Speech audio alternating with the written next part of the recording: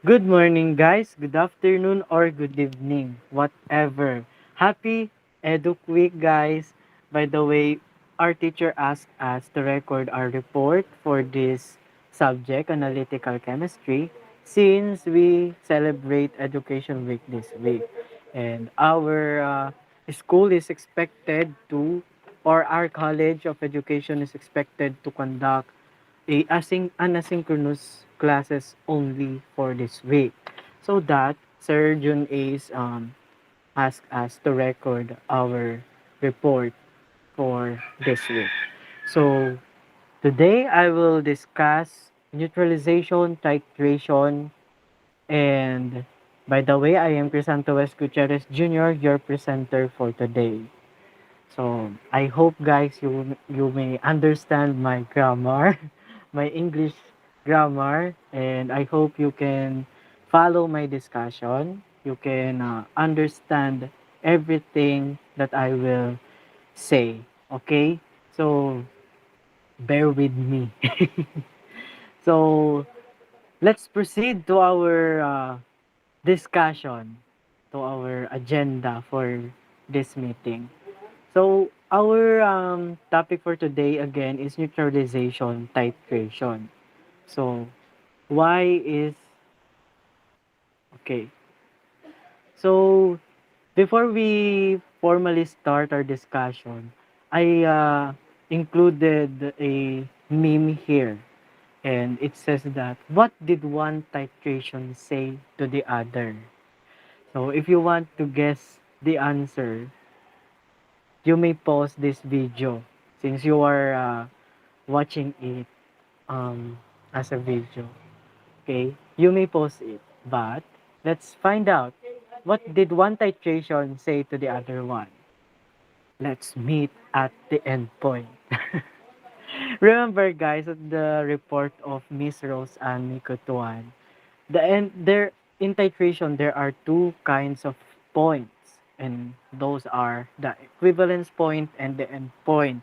Let's meet at the end point, says the other titration to the other one, because um, the endpoint is the main goal and the stopping point of the titration. So I hope that in this discussion we will meet each other to the endpoint. So let's proceed to our objective. So the objective of this discussion. So this after the discussion, the student should be able to describe the neutralization titration.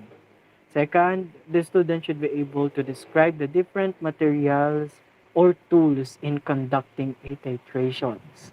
Third is the student should be able to interpret a graph in titration curve. So fourth or the last one is the student should be able to solve the titration.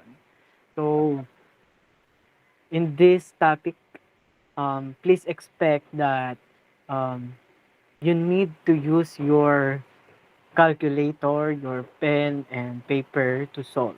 So please be ready and be ready because this topic is not easy. So I hope I can deliver it properly.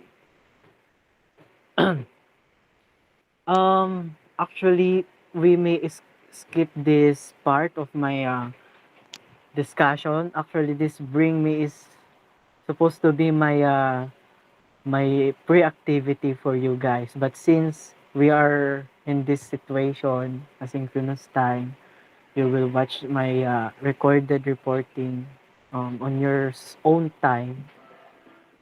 Maybe we can skip this one. Bring me, bring me C3H80. What is C3H80? That is isopropyl alcohol. That is how challenging is my game. And the price is supposed to be the price is 100 peso load. But since I doesn't have a chance to conduct this activity, then let's proceed to our discussion proper.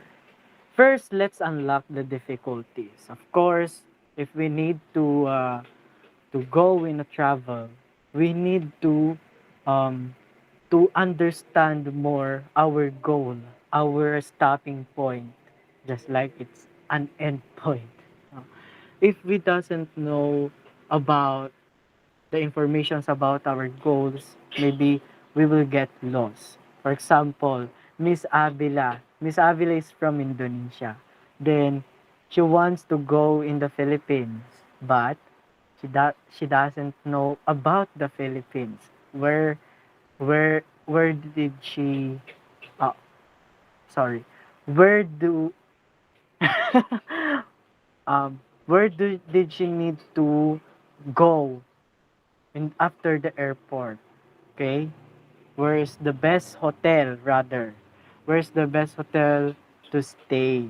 So without knowing those information, maybe she will she will have a hard time in staying here in the Philippines. So for us to prevent those hard times, let's unlock those difficulties. So let's proceed. What is neutralization? Since our topic is about neutralization titration, let's chop this. Let's chop this topic. First is what is neutralization. So neutralization, guys, this is when an hydrogen reacts with an hydroxide ion of the base to form a water. So imagine that when a hydrogen reacted with the hydroxide ion to form a water, to form a water, and that is what we call neutralization. Neutralization, once again, neutralization is the reaction that formulate a water, that forms a water. Okay. For example, here's the example. The HGO plus OH is equal to 2H2O. It means that two atoms of water was formed um, due to the reaction of these two reactants. Okay. Neutralization happens again when hydrogen reacts with the hydroxide of the base to form water, which undergoes neutralization reaction. Then what is neutralization reaction now? Neutralization reaction is a reaction between an acid and a base to produce a salt and water. So, when the hydrogen and hydroxide ion reacted together, then they formed a product, a formed a product of water. Then a product of water and a salt, then it is already a neutralization reaction. So the process itself is called a neutralization reaction. Okay, but when you have a hydrogen and hydroxide on the reactant and a water on the product, you can call it oh, that is neutralization. But when there are already a reaction, it is already a neutralization reaction. Okay? So I hope you can follow that. Neutralization and neutralization reaction. So here are the example. Here are some of the example of neutralization example. Redundant. Okay. So the hydrochloride and a sodium hydroxide reacted together. So the hydrochloride reacted to sodium hydroxide to form a product of sodium chloride and a water. So the neutralization here is the hydrogen from hydrochloride acid reacted to the hydroxide to the sodium hydroxide. So hydrogen and the hydroxide reacted together to form a water. And that is a neutralization, neutralization. And when we say neutralization reaction, guys, this is when um, the reaction form also a salt. When it it already um, includes salt and water. That is neutralization reaction already. So let's proceed to the next example. So our next example is hydrochloride plus potassium hydroxide. They reacted together to form a one atom of water and a potassium chloride. Oh, if you were wondering, why are there so many kinds of salt? Why are there are two? Why are there already two example of salts in my presentation? First of all, if you didn't know that we have too many kinds of salt in this planet. So at least now you know. We have a plenty kinds of salts in this planet wherein NaCl or sodium chloride is what we usually see in our house because NaCl is a table salt. That is what Bernie used in his food to have a taste. Okay. Okay. So KCl is another kind of salt. Okay. That is HCl plus KOH is equal to H2O plus KCl is another example of neutralization reaction. Another example, guys, is 2HCl or 2 hydrochloride plus um, what is this? Magnesium 2 hydroxide reacted together to form two atoms of water plus magnesium chloride. So next is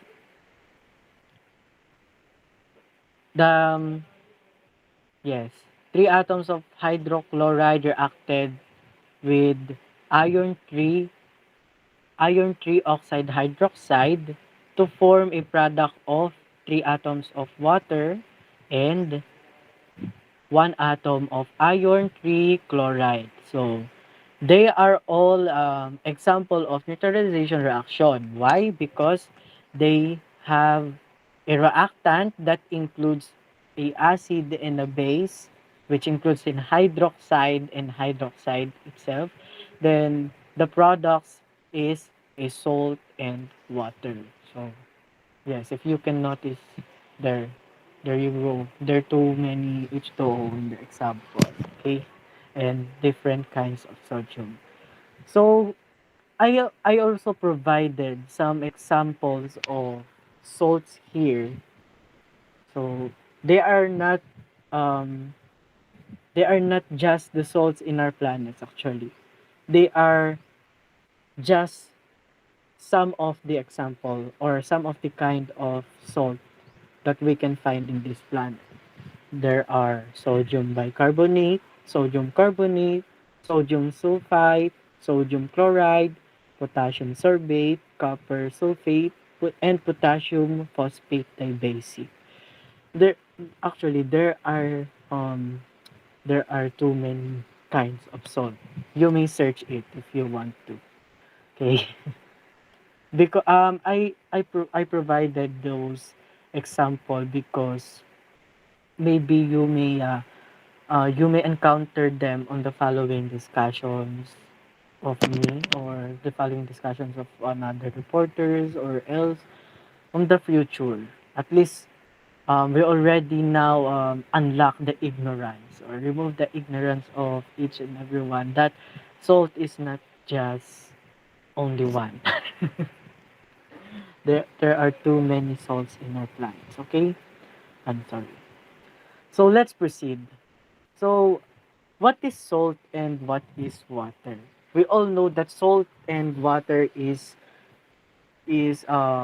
important in our life since water without water we life is so impossible. Remember that when scientists or the professionals are discovering some new planets, they their first agenda there is to find some bodies of waters because if there are water in that planet, it has a possibility that some organisms may live in there. So life is so impossible without water. So water is so important to us. And salt also important to us because actually it has many benefits to our body and to our tongue. Actually, we cannot enjoy food without salt. Okay, especially Rose Ann. She cannot enjoy her food that she cannot enjoy her food without salt. So let's find out what is salt and what is water according to my sources. So salt is an any compound containing the cation, which is a positively charged ions from a base, and in an ion, which is a negatively charged ions from an acid.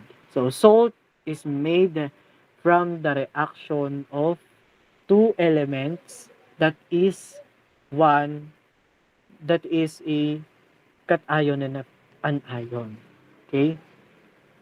So water is a chemical compound. We already know this that water consists of two atoms of hydrogen and one atom of oxygen, and it has an approximately 18 grams per mole. Okay. So that is salt and water. So water formed with neutralization, and salt formed with the formed with the reaction of cation and an ion. So we can see them forming on the neutralization reaction. So when we go back to the examples um, a while ago, you may notice there that the hydrogen and hydroxide form a water, and an ion and the cation elements form a salt. I hope you can follow that. So next, what is titration? Since our topic is neutralization titration, we must know about titration.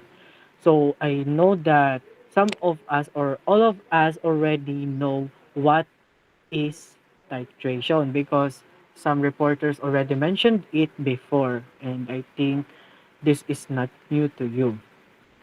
Titration, based on my definition that is from my sources, titration is a laboratory method that is used to determine the concentration of an acid or a base, wherein we call them analyte.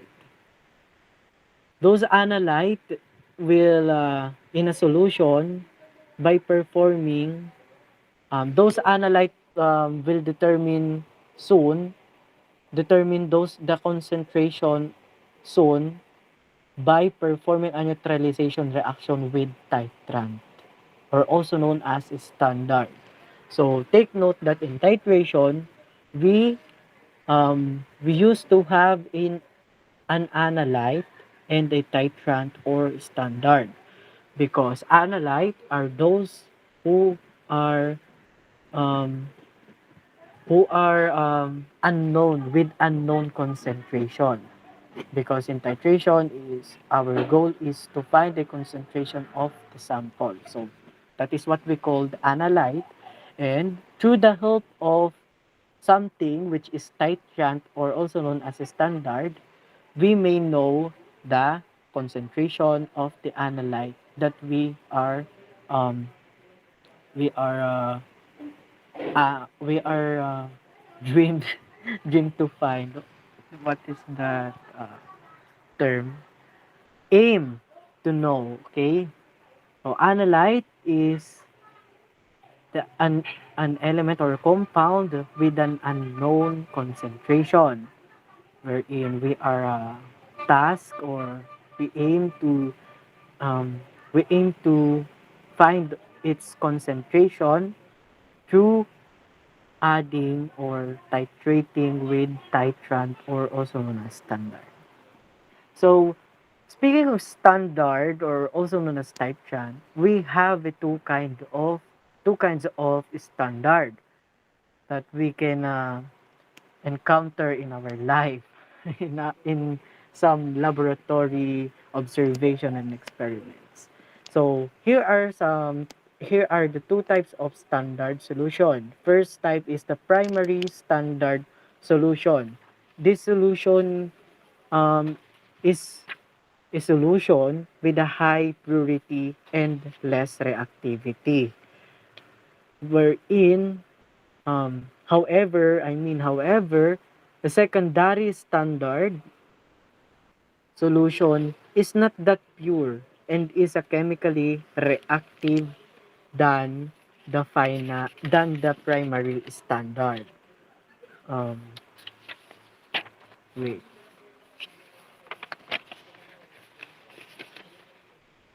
So yes. So please guys take note that in titration, primary standards were typically used in this kind of processes like titration. First is to determine an unknown concentration and in other analytical chemistry techniques. So we usually use or may encounter those primary standard solution rather than secondary standard solution. Okay.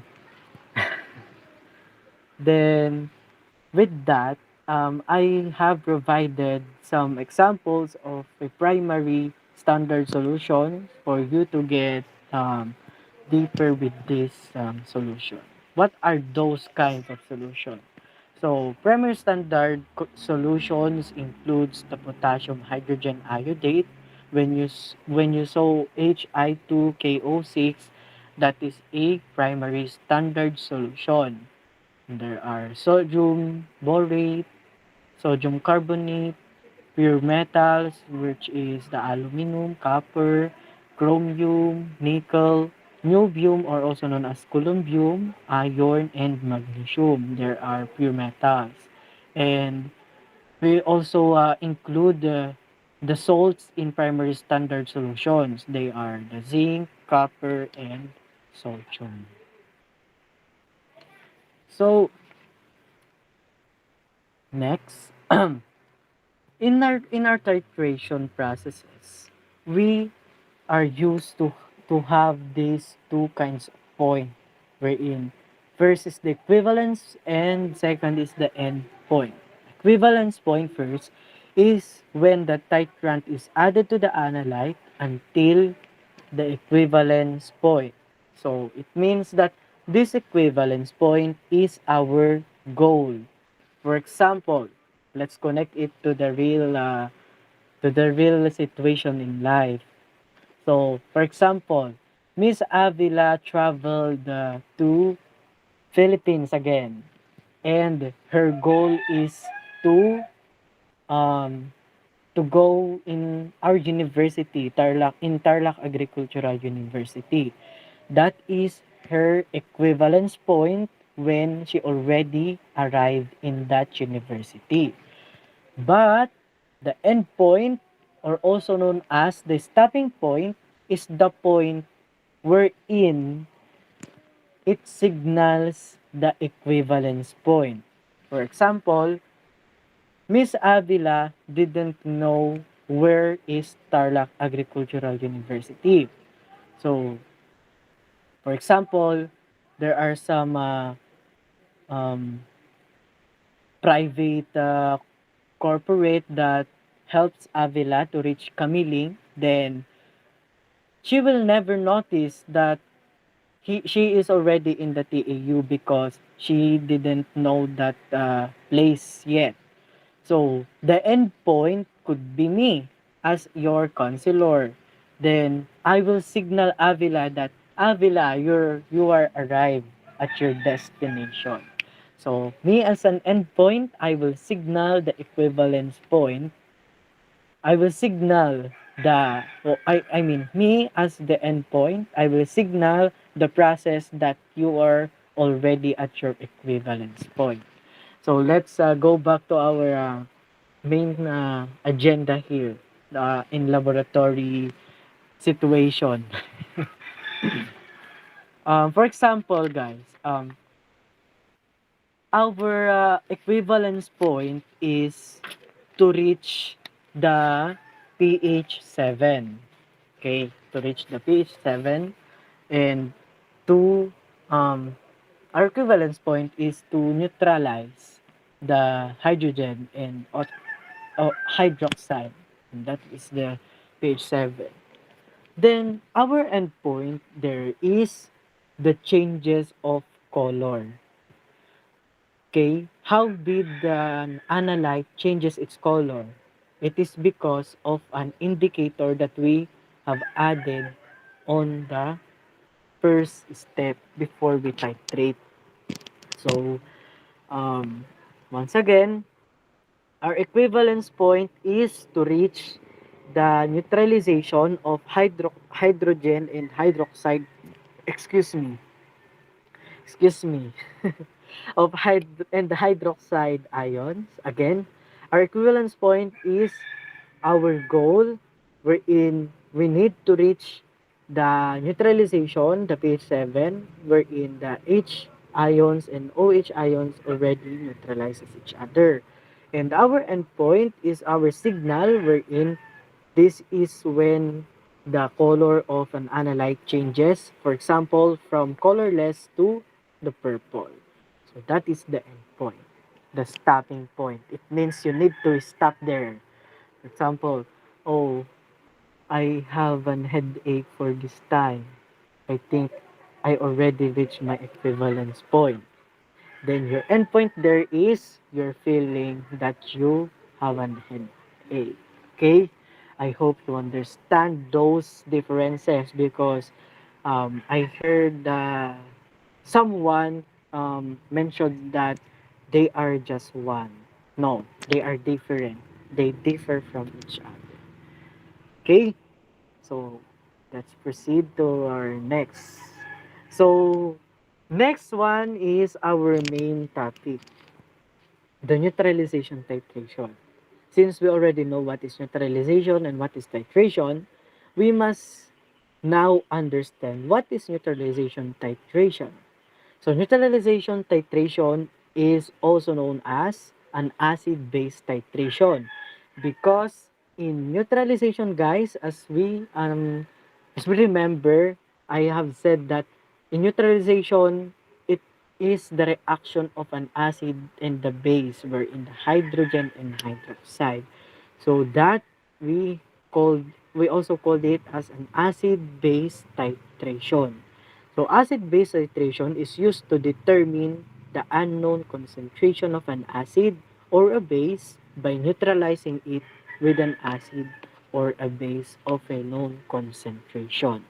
So the titrant may be a base or on acid, and the analyte could be a acid or a base also. So I hope you understand that. So let's proceed to the tools for titration. What kinds of tools or materials that we need to use in this process? Okay, first we have a what do you call it? Burette. Burette. It is not a burette. Okay, some of people, some of people that I know, they called it burette. Actually, it's not burette. It's burette. So burette, guys, burette is used to dispense the small volumes of liquid called aliquots. Aliquots, or sometimes it consists gases with high accuracy. In titration, it contains our titrant. So inside of our burette, there's a titrant. So here we are, the titrant inside of our burette. Wherein the titrant, we all know that titrant is the solution of a known concentration that will help us to know the concentration of an analyte, the unknown concentration. So that titrant will be titrated or added, titrated or added to the analyte for it to determine the concentration. The meaning concentration. Let's find your concentration. Next is the burette clamp. The burette clamp, it helps the burette to um, to hold it. Actually, it holds the burette. It is a scientific equipment, guys, or class, I mean. It is a scientific equipment which uses specifically to hold and secure a burette on a stand so that if that the burette is fixed and more convenient for the experiment. We all know that we need a more convenient and fixed tools in laboratory for us to get more in the accurate and accurate accurate and precise result from our observation. So speaking of the stand, our next tool is the stand. Stand is a piece of a lab equipment which burette clamps can be attached to the metal rod and hold the burette, commonly used for titration experiments.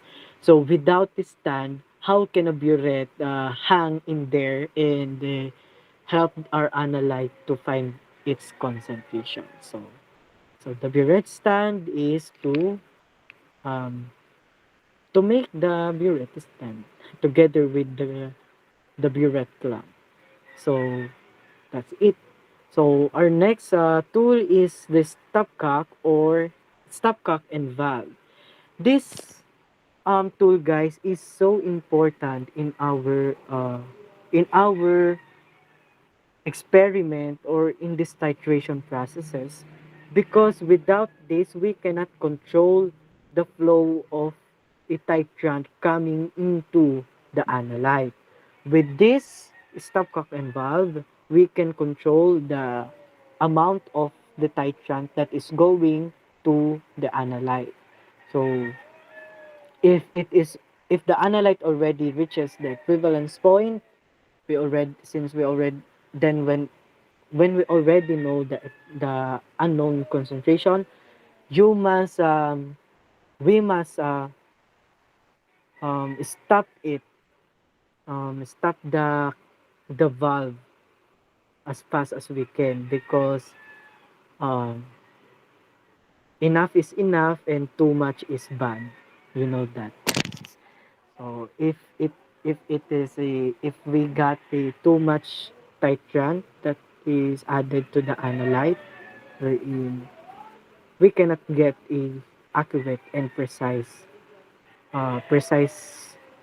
observation for sure. Okay, we will get lost in our observations. Next is the flask, or usually we have here in titration the conical flask, which which contains our analyte. So the conical flask is the one that contains the analyte and we swivel it, swivel. Yes, you do it like this. Swivel, yes, to mix the analyte and the titration and to know the concentration soon. Speaking of the analyte, inside of our conical flask or the flask, we have an analyte wherein this analyte is a substance whose chemical constituents are being identified and measured because its concentration is missing, is unknown. So last one is actually this is not the last, okay? Next one is the white tile. Why do we need the white tile in titration? Just like what Miss Rose Ann said to her report, to have a transparency and to show the true color of our analyte. Let's say for example, the color of our conical flask is transparent, ain't it? Because it's a glass, okay? Then for example, our analyte is color color colorless. Our analyte is colorless. Then our tile is color purple. Then of course, the colorless analyte, the purple tile will affect the color of the colorless analyte. Then, if we use an indicator like phenolphthalein, wherein the phenolphthalein is we usually use the phenolphthalein in titration, wherein from colorless, it changes its color to purple. So, if we have a purple tile, imagine that, and our analyte at the start of the titration, it is colorless, then it is expected to change into purple. We may possibly um, miss the chance to uh, to observe the changes time to time because of the um, the colored tile. So we are required to use a white tile, or else if you do not have a white tile, at least you have a white paper um, beneath your conical flask. Okay. So next, our indicator. We use indicator for us to help um, to help uh, to help us observe the changes in our um, reaction. Indicator is a substance that changes color in response to a chemical change. It is a drop of it is added to the titration. Actually, at the beginning of the titration, we will add some indicators in our analyte. Then, at the end point, um, when the equivalence point is reached, the end the end point is there to say that we are already at the equivalence point because it already changes the color. For example, we have I'm sorry. We have a phenolphthalein from colorless.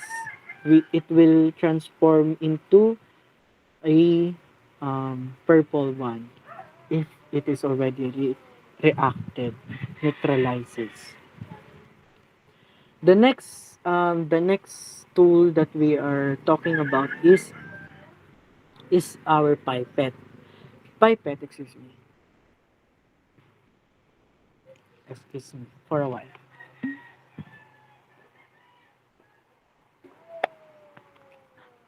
So pipette, guys, or class, I mean, pipette is we use pipette to transfer or measure out of small quantities of liquid. Before we put some volume of an analyte in the conical flask or volume of a titrant in a burette, we must measure it and transfer it with pipette. Okay, we are not um, we are not advised to transfer it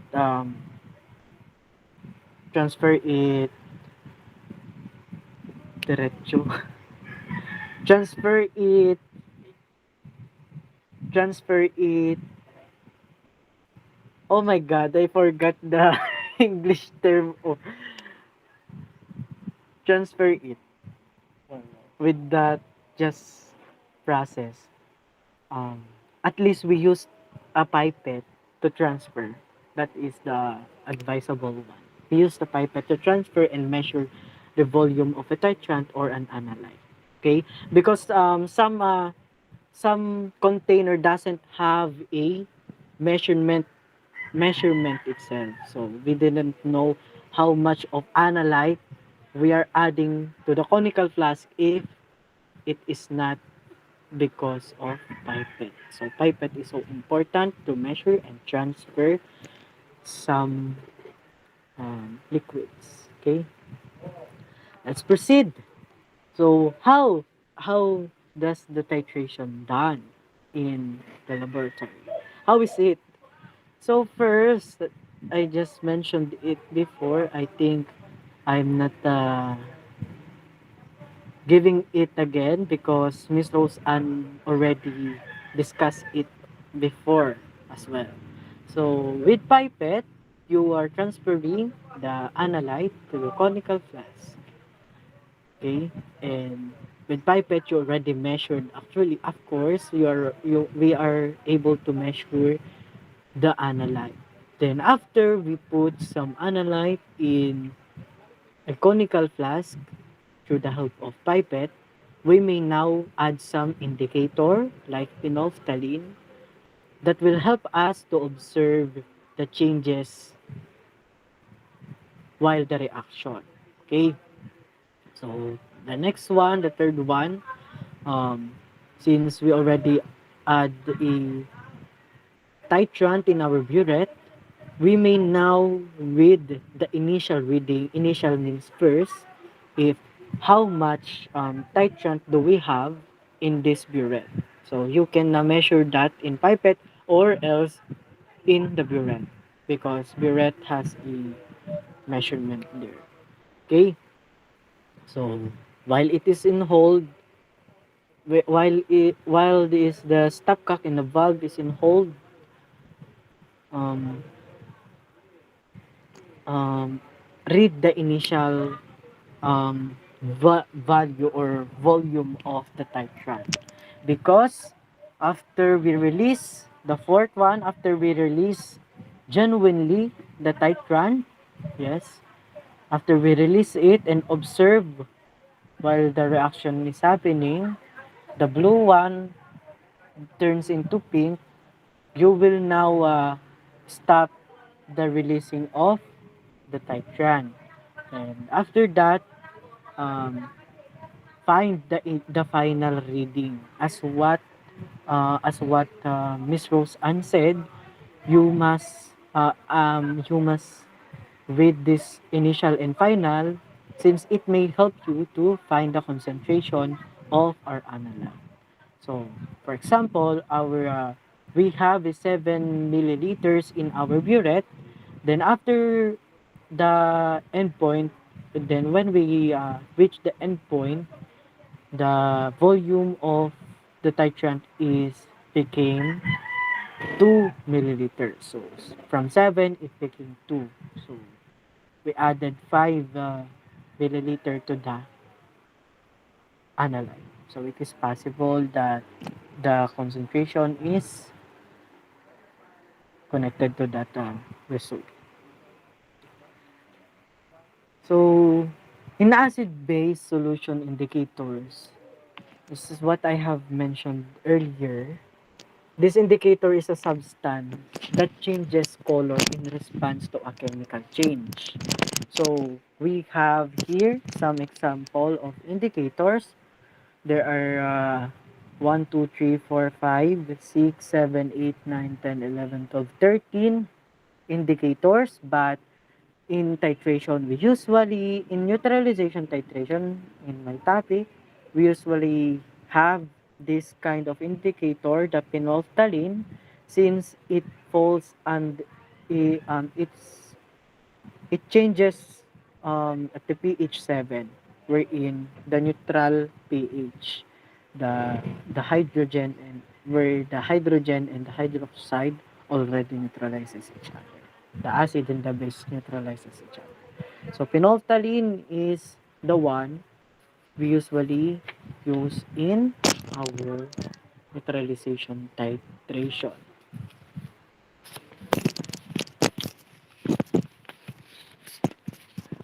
Kita mo.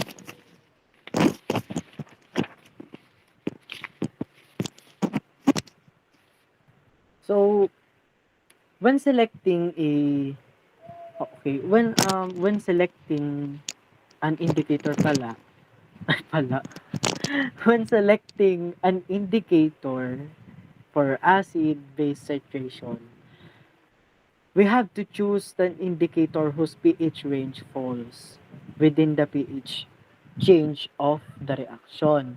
For example, in the titration of a strong acid with a strong base, the pH quickly changes from 3 to 11.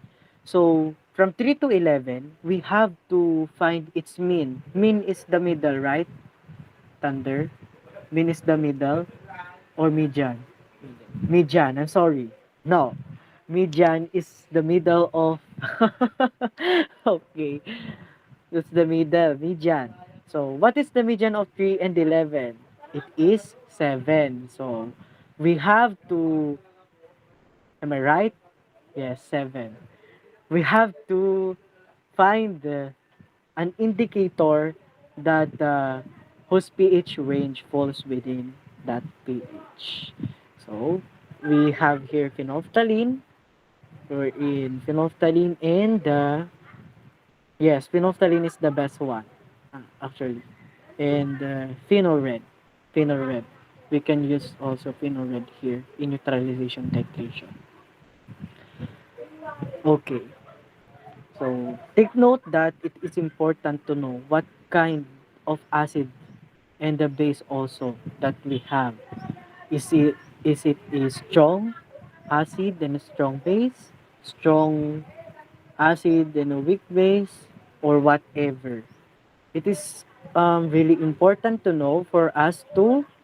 um, to know what kind of indicator we use.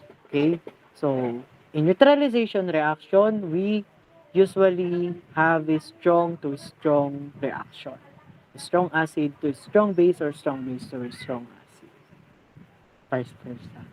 Wherein our pH is falls at the neutral pH, which is pH 7. So neutral pH, that is why we have a topic now, neutralization titration. So when you have a strong acid to weak base, your pH may be less than pH 7 or it is acidic now.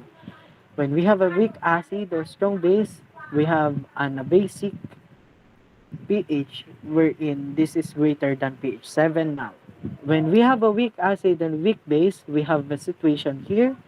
First is our equivalence point may be in the less than pH 7 if the pKa is greater than pKb.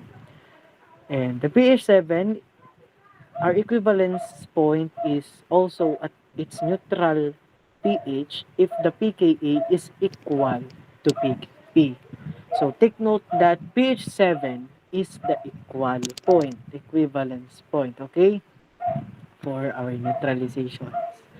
So greater than pH 7, the equivalence point is greater than pH 7 if pKa is less than the pKb. Okay, let's move on. So, by the way, guys, a base like sodium hydroxide, um, yes, yes, whatever.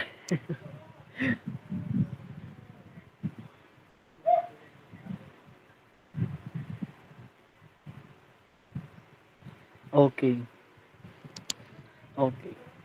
Disregard that um, alien topic that I have mentioned. Maybe I included something not important in my script, in my outline, rather. This is just an outline. Okay. Oh, I'm already tired, ha? Okay. So, yes. Here are the example of the strong and weak acid and base. So, strong acids includes hydrochloric acid, sulfuric acid, and nitric acid rather. And in weak acid, we have acetic acid, hydrofluoric acid, and oxalic acid. With strong base, we have sodium hydroxide, potassium hydroxide, lithium hydroxide. And in weak bases, we have ammonium hydroxide and ammonia.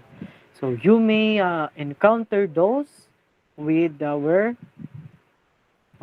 following topics. But in our topic for today, we are expected just to have strong ones. Usually. Usually, okay? Not at all neutralization reaction. We have a strong to strong, but usually we have a strong to strong reaction. Okay. Let's proceed. Okay, while conducting a titration, no, one drop at a time of a titrant, as I have mentioned a while ago, one drop of a titrant is being added to the analyte, one at a time, drop by drop, slowly but surely, genuinely, not gradually. Okay, while the titrant is being added to analyte increases its pH.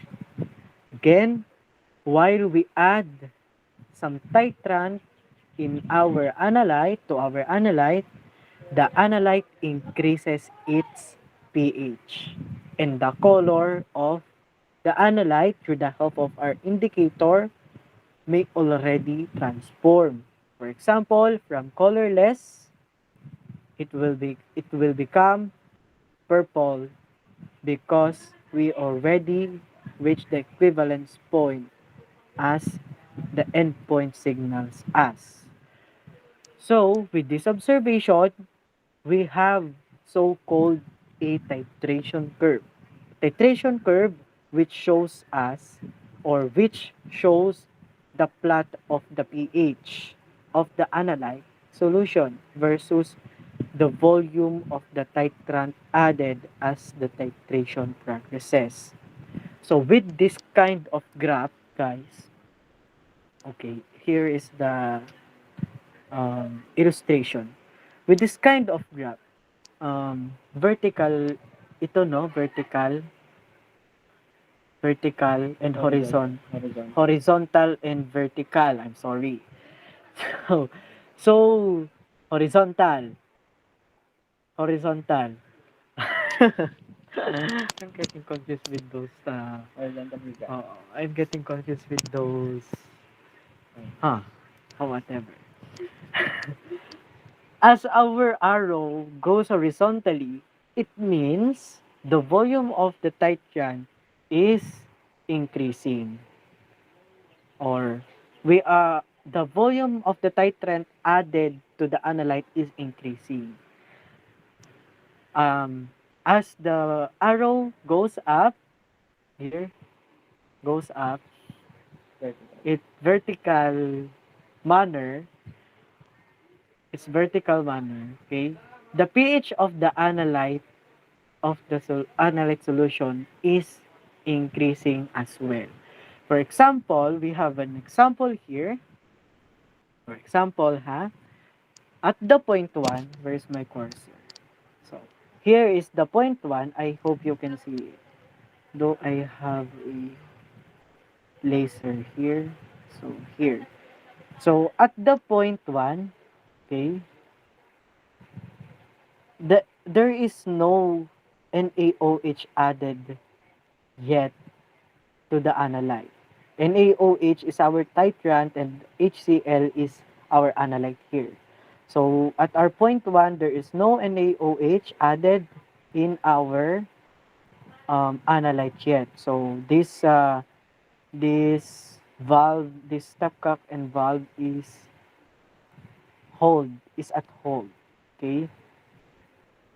Now, as we proceed to the point 2, as you can see, the arrow is going horizontally and slightly going upward, in, or it is slightly going vertically. So as it goes horizontally, it means the titrant that is added, the volume of the titrant that is added to the analyte is increasing. So it means the stopcock and valve is already open. It is not on hold. Okay? So, at our point number 2, the pH recorded at the time point is just before the complete neutralization takes place. So, remember, our neutralization reaction exists or takes place in pH 7. So, this is when we are already approaching, we are near in our equivalence point. So, at the point 3, let's proceed.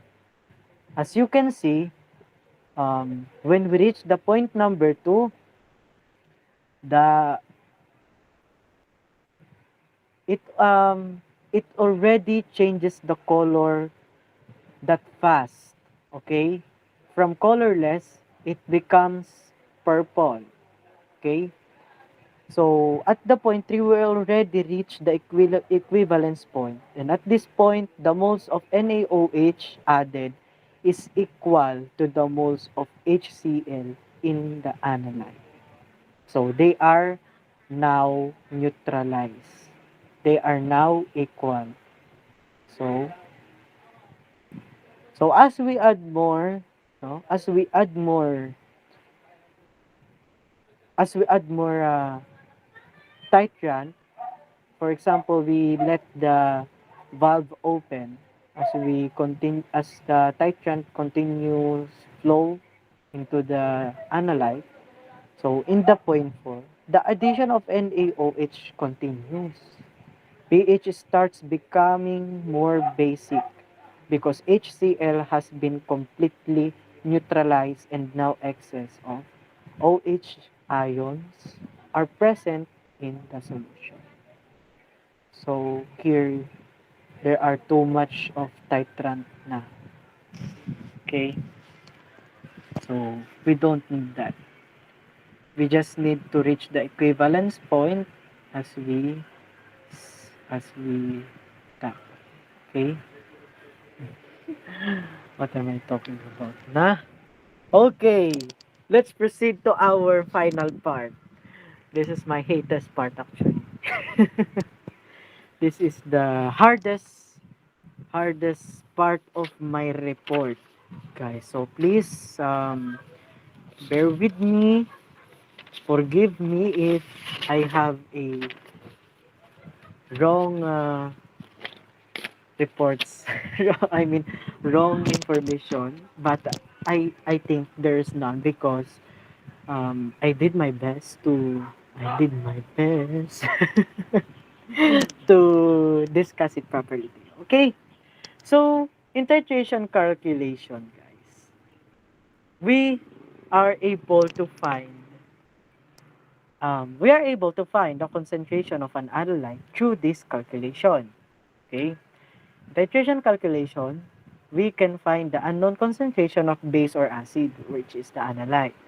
So, let's take a look at these steps to calculate the titration. So, our first step, guys, since, for example, our analyte's molar is missing and its volume is given because we knew it because of the pipette. Okay? The volume is given and the titrant with the known solution wherein we know the molar value and the volume, we can find first. First is we need to find the number of mole of acid or a base or also known as the titrant to reach the equivalence point of the titrant of the reaction. For example, um, I need to consume a 1 milliliter of a titrant. So, where did you get it? So, you get it by multiplying its concentration or its molar to its volume. For example, the molar of your titrant is 10 just for instance, and the volume is 5. Then, so that we need um, we need to have a 50 milliliter of a titrant to reach the equivalence point. Okay? So, that is just easy. That is how just easy to get the number of mole of a titrant to reach the equivalence point. Okay, let's proceed to the next step. In this processes, we follow the stoichiometry. In this calculation, we follow the stoichiometry ratio 1:1 so that the number of moles of the titrant, or I mean of the analyte, is the same with the number of moles of the titrant to reach the equivalence point. That is point not po, okay? Okay po. So at since we already have here from the first step, since we already have the number of mole of titrant to reach the equivalence point, we may now assume that they are the same ratio with the analyte. So from from here, from the example that I given here, the 50 ml of titrant that is needed to reach the equivalence point, we need to assume that we also need the 50 ml of the analyte to reach the equivalence point. Okay? Understood? So I hope you understand that. So the last part, so since we already got the number of moles that we need to reach the equivalence point, now we are able to find the concentration of the analyte. Actually, the concentration of acid or the base, or in short, the analyte, by dividing the required number of mole of analyte to the volume of an analyte. So, the 50 milligrams, for instance, the 50 milligrams that we need, the 50 actually that is not milligrams pala. I'm so sorry. That's not milligrams. That is mole. Okay? The 50 mole of, I'm sorry guys let me get you clear. The answer here in number 1, we can get the value with the unit of mole. Okay? With the unit of mole. So by getting the number of moles of the analyte of the titrant, we may now assume that they are the same with the number of the moles of the analyte that we need to reach the equivalence point. So that we may now find the concentration of an acid or a base by dividing the required number of mole of an analyte, since we have now the number of analyte, the number of the moles of the analyte to reach the equivalence point, to the divided by to the volume of the analyte. For example, we have 10 milliliters of 10 milliliters of an analyte. So 50 divided by 10, how many? 5. Okay, very good.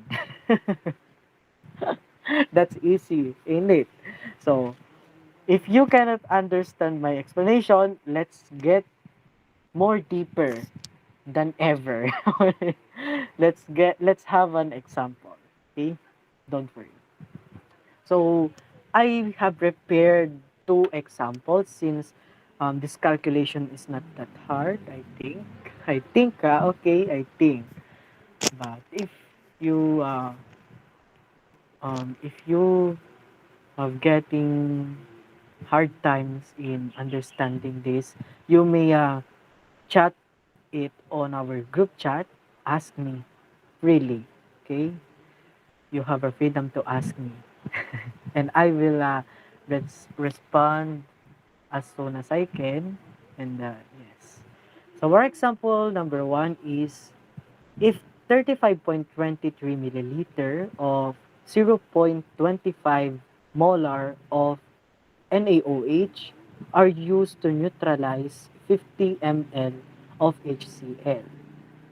So, 35.23 milliliter of 0.25 NaOH as our titrant, because we already know the molar, since molar is our concentration, molar and the volume is our concentration, that is our titrant. Then our analyte here is the HCl, okay? Wherein the HCl has a volume of 50 ml. So the question here is find the molarity of HCl to know its concentration. Okay? So find the molarity. So first step, as we follow our rules in solving the problems, we may first list down, identify the givens. So our given is HCl and NaOH. So the HCl is our, what again? This is our analyte, and NaOH is our titrant because we already know the volume and the molar or the mole over liter. Okay. So in under the HCl, our molar is our M is unknown. Okay, it is unknown. And our volume is equal to 50 milliliter. Okay, so under the NaOH or the sodium hydroxide, our molar is given, which is this value is 0.25 molar. Okay, and our volume is 35.23 milliliter. So the first thing we need to do here, since the molar is mole over liter, guys, and our given in our problem is milliliter. First, we need to what do you call it? Convert milliliter into liter. By how? By multiplying it to 1 liter and dividing it to 1,000 milliliter to cancel the unit milliliter. So first, let's convert 50 and 35.23 milliliter. I'm sorry. Um, Before that, we have a reaction of HCl, which is our analyte, reacted with NaOH, sodium hydroxide, and their product is sodium chloride and water. So that is a neutralization reaction. First step is, since we're given, let's convert our volume into liters. So take note of that we always need to convert every unit of volume into liters for us to have an accurate and precise answer. Okay? So 50 milliliter times 1 liter over 1000 milliliter is equal to 0.5 liter.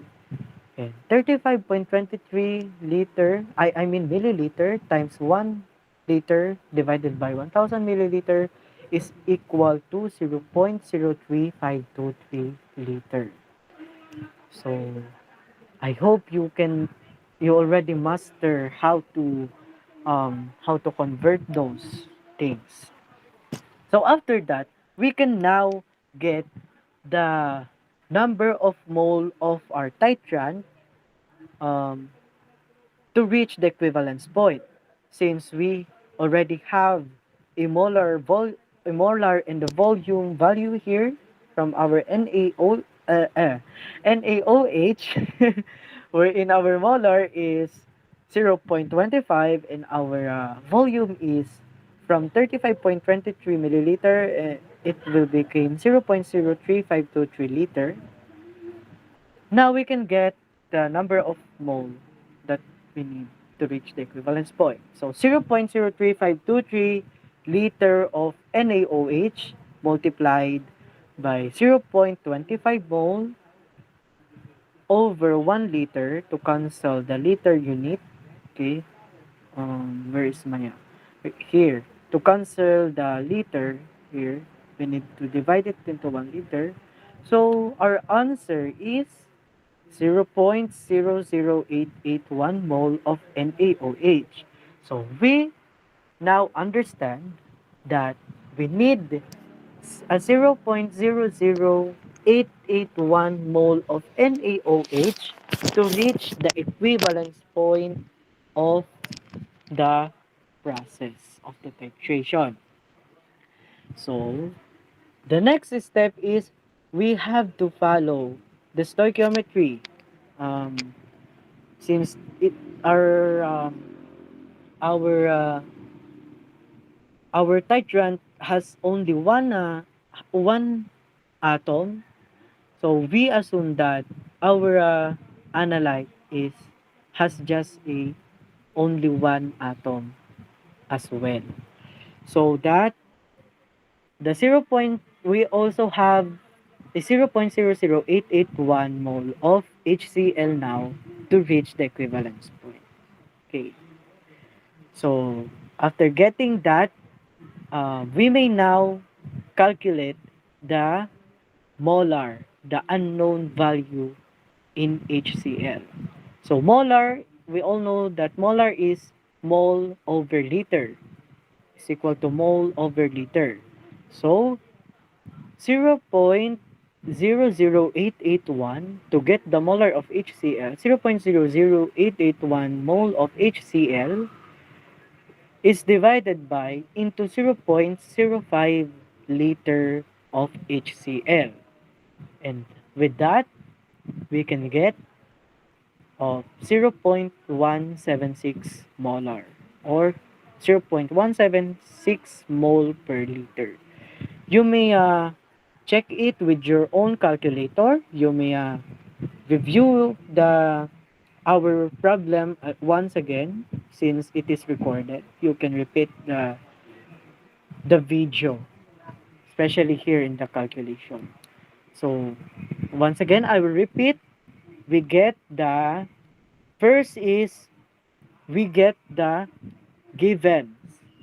And since we know that our missing is the molar of the HCl because HCl is our analyte and our titrant is 35 point titrant is our sodium hydroxide. uh, and we already know we have already a value of molar and then since our volume is given into milliliter, we have to convert them into liters. So we get those values. Then after that, we have to get the number of moles to reach the equivalence point with the titrant, the NaOH. So with that, we got 0.00881 mole of NaOH, and assuming that it is um, the same with an analyte to reach the equivalence point, we can now solve for the molarity or the missing value for our analyte. So with 0.00881 mole divided by 0.05 liter of HCl because molar is mole over L liter, our answer is 0.176 molar or 0.176 mole per liter. So that's it. That's our problem number one. Since that is already correct because we also have only one atom of our analyte. So next problem, if you still didn't get it, maybe. So our example number two, our last example, um, there are some additional um, process here. So hold on and listen carefully. Okay. So if 42.5 milliliter of 1.3 molar of KOH or potassium hydroxide are used to neutralize 50 milliliter of H2SO4, find the molarity of H2SO4. Actually, I'm not that sure with the um, name of that compound. I will not mention it so that um, you will not get a misinterpret and you will not get the wrong information from me. Okay? So I will just inform you what is H2SO4 if you will ask me on GC. So I will find it on Google. Okay? So our analyte here is it is obvious that our analyte is H2SO4 since the molar is missing again. And our titrant is KOH, wherein we have a given volume and a given um, molar. If you are wondering is it why is it always the molar that we have to find? Why? Because we can measure the unknown solution through the pipette. So so that we are not finding them in calculations. So it is just the mole over liter. So first, let's get the given. Our H2SO4 analyte has a unknown molar, and it has a 50 milliliter, again milliliter, excuse me, volume. And next is our titrant KOH, which has a 1.3 molar and a 42.5 milliliter of volume. So what we need to do is first, let's convert milliliter into what? Into liter. Because our molar is equal to mole per liter for us to get a precise and accurate solution. Let's follow.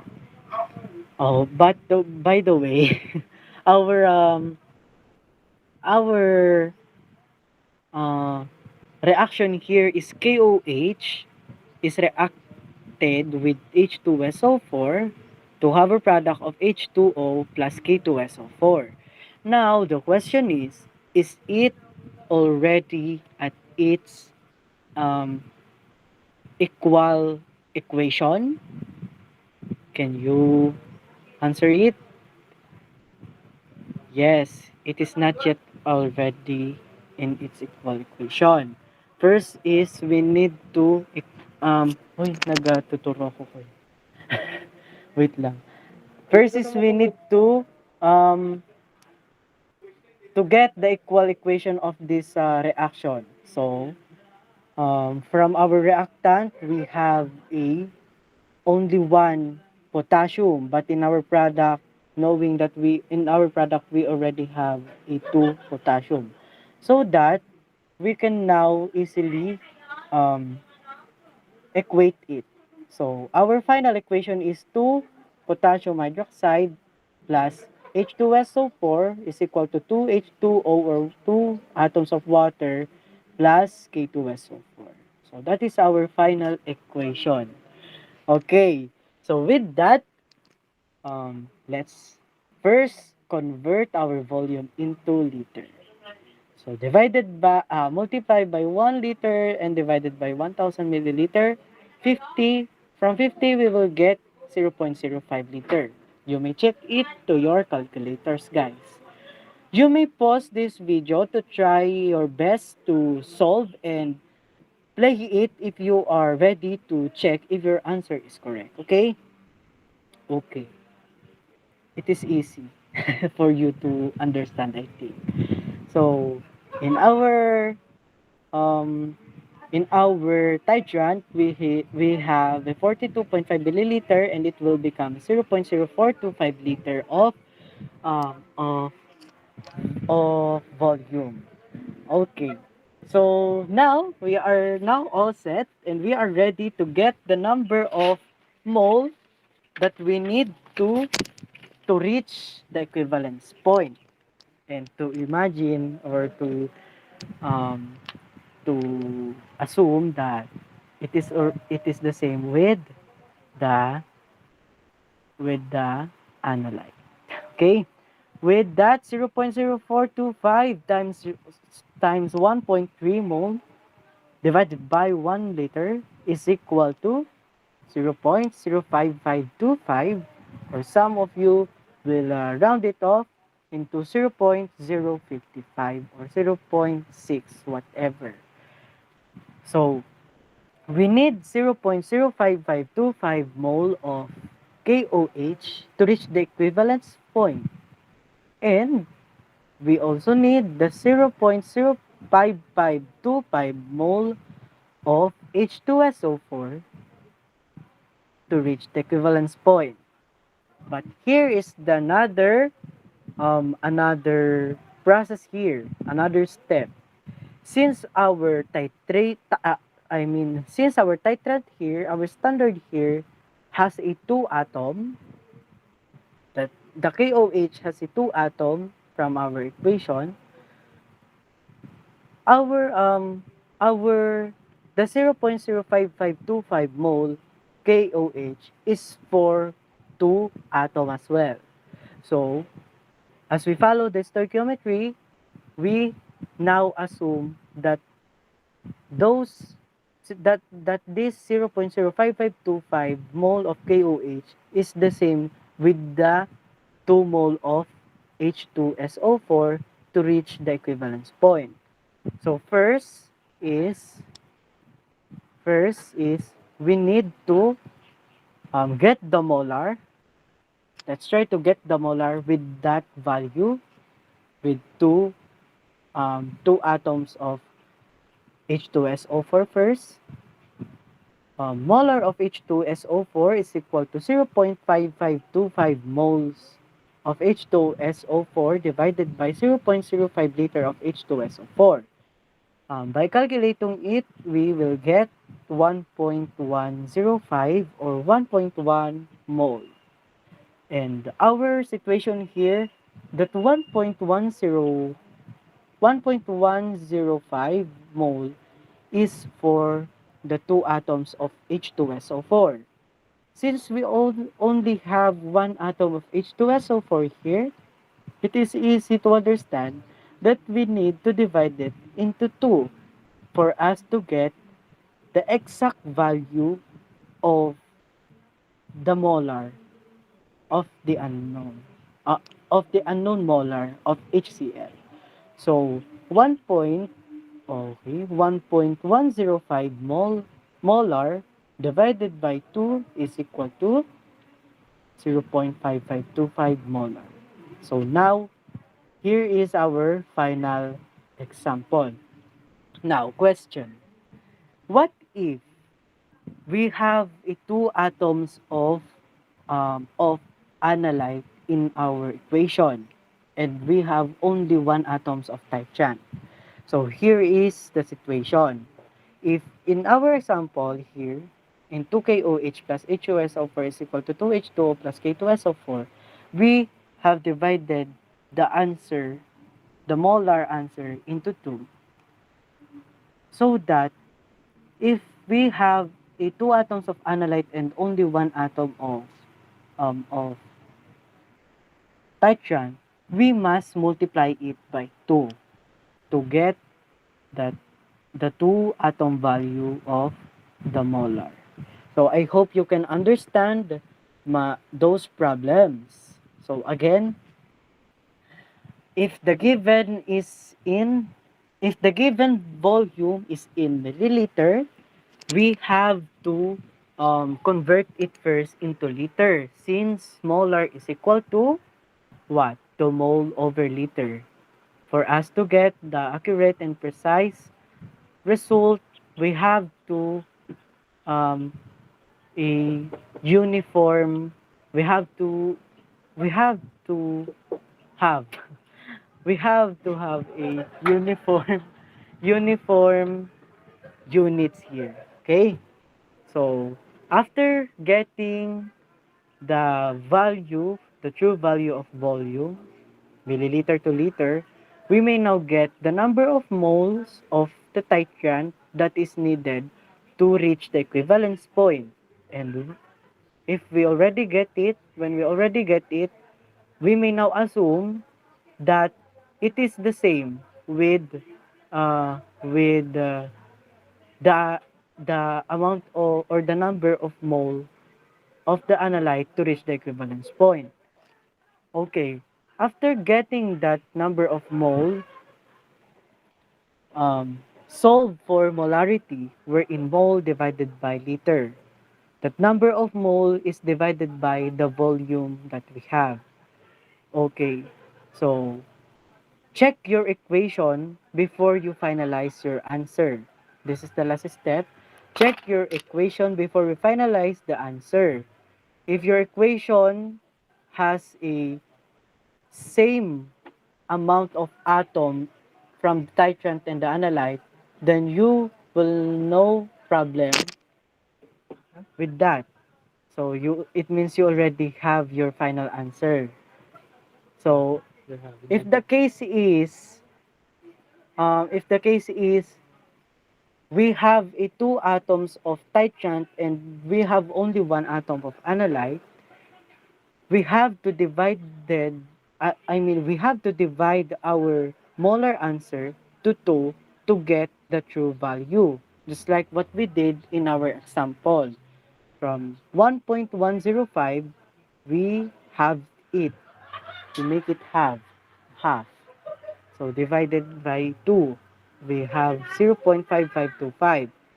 Okay. But when we have only one atom of a titrant and two atom of an analyte, we have to multiply our molar into 2 to get the true value of an unknown concentration. So I hope guys you understand my you get my point. I hope you get my point. I hope you already followed my calculations, my instruction with this topic, and that ends my presentation. So with that, I want you to that is not the last part of my topic pala. This is the last one. So in getting some titration, there are some errors. Some errors. First in calculations, when you did not get the equation, when you did not equate the equation, of course, you're not sure if your analyte's molar um is the exact amount that we have to get.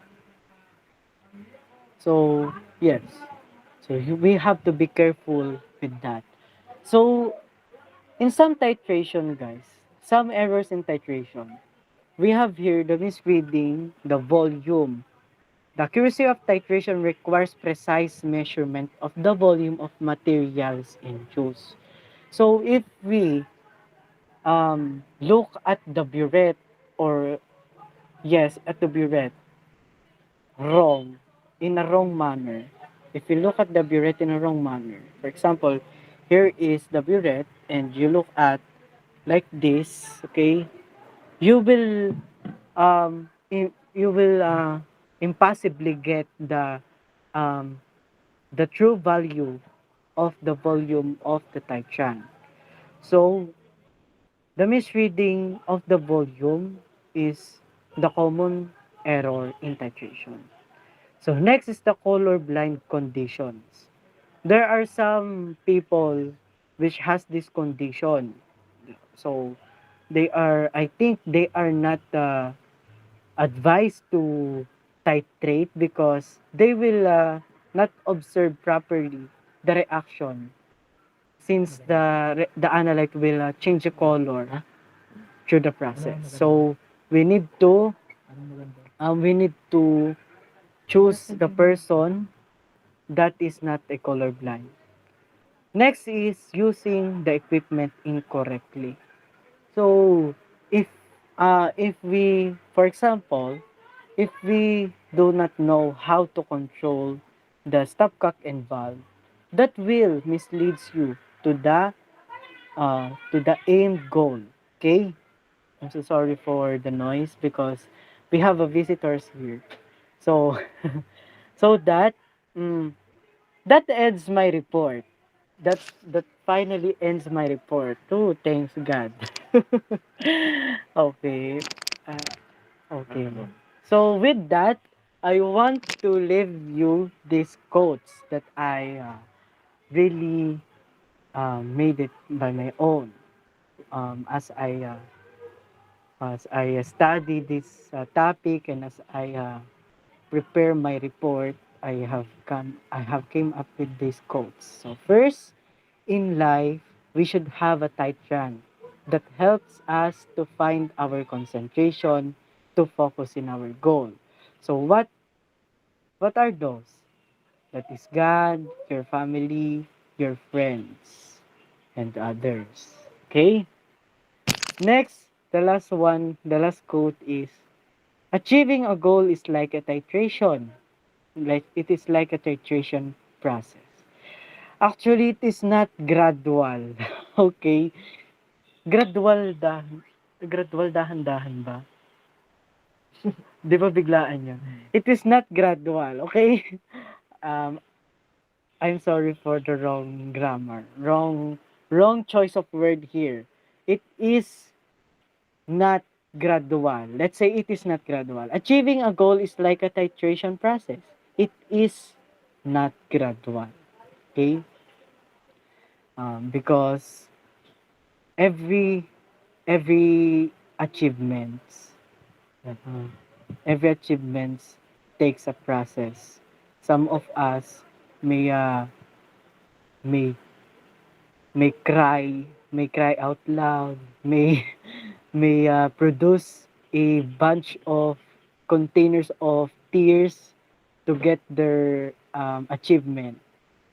But at least, at the end of the day, we meet at the equivalence point. We meet at our goal, at our achievement. So, that's it. Thank you for listening. I hope you learned something for today. And guys, reminder, if you have a question, please just let me know. Just chat your question on our group chat, and I'll try my best to answer as soon as I can. Okay? So, goodbye, God bless, and take care. Stay away from COVID. Stay safe from COVID. Bye, guys. Okay.